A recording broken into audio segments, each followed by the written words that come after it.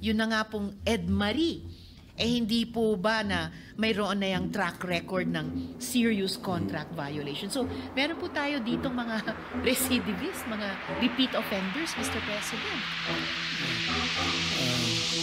What can I say, Mr. President? What can we say, Mr. President?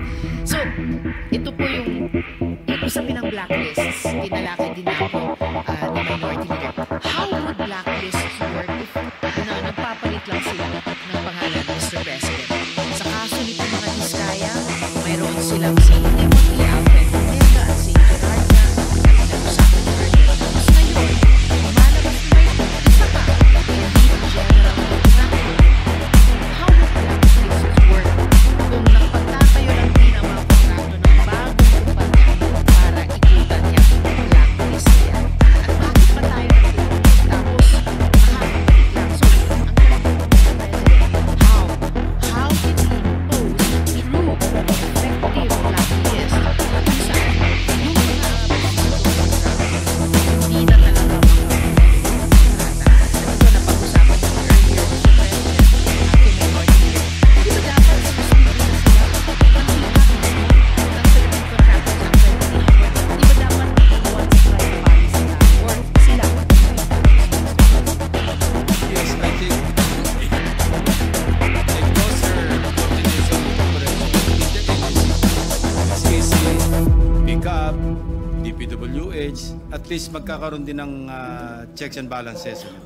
Kasi siyempre magre-register yung corporation sa SEC or kung sole proprietorship sa DTI. So kung mag-check by way of good record check and background investigation, kung blacklisted, kung iba yung pangalan ng mga trace nila na parang yung pala yung kasi corporation. So a close coordination and cooperation between and among the different branches of government. Check and balance. Agree, Mr. President. Sa halip na pollution, which is yung lalo na expose na ito na implement ito sa flood control projects or kahit pa, say, Mr. President, sa ibang infrastructure projects na dapat covered din ng isang sumbong website. Maigi nga po, also commit each and every agency in that group, an honest broker.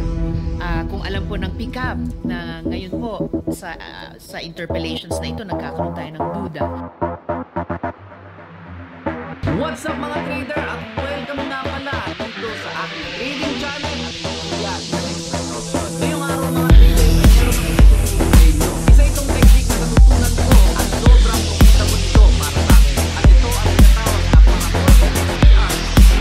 At ito nga pala ang free balance natin ng export option. Meron tayo 70,000 pesos sa mismo account natin. Ngayon mga bali, papakita ko sa inyo kung paano nga ba withdraw yung pera ng export option. Meron yung point of fees, Maya, Moba, Squeeze, Perfect Money, Seller, at pwede nyo sila sabay na pay. Pero syempre dahil sa Pilipinas tayo, nakalagin natin yung sila. Nalalagin lang yung amount dito yung pwede na sa ating 10,000 pesos. Lagay lang natin dito yung phone number natin. And of course, ang ating pangalan. And syempre, ang ating last name, new request lang. So makikita nyo dito guys sa may payment history natin na on process na yung withdraw natin. So wait na lang natin yung approval mga buddy, no? So sobrang saglit lang nito, 10 minutes lang, makukuha na natin yung pera withdraw natin. At para magawa ang Sila sa 0.5% kasi ang laki ng project volume. Pag medyo alanganin yung project, medyo maliit lang, hindi mapag ng 0.5, kailangan 1%. So kung kasabot pati yung COA, kasabot yung inspector team, kasabot yung district engineer, kasabot yung project engineer, hello.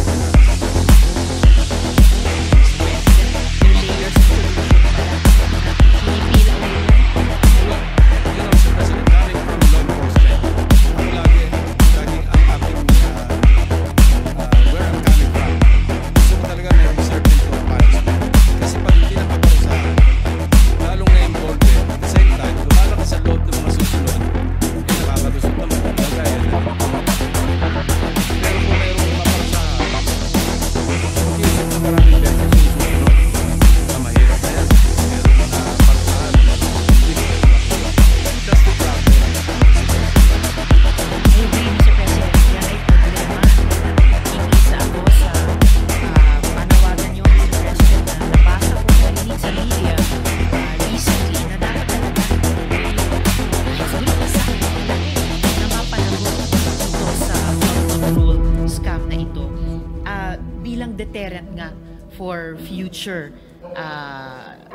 for future crimes or criminals to think to commit such crimes.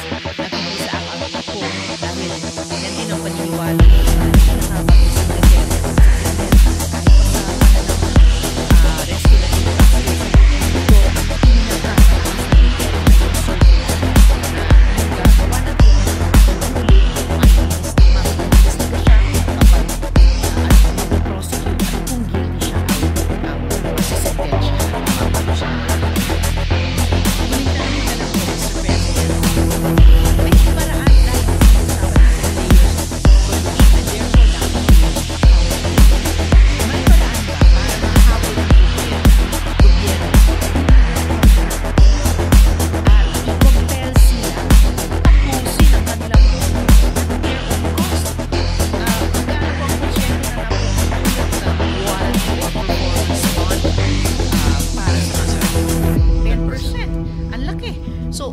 pagwawasto o indemnification ang maaaring singilin laban sa mga contractors na may mga proyektong nasira, Mr. President? Depende sa violation, Mr. President. Kung obvious naman, lalo na kung ghost project, alam nga namang i-refer lang nila yung ghost project nila.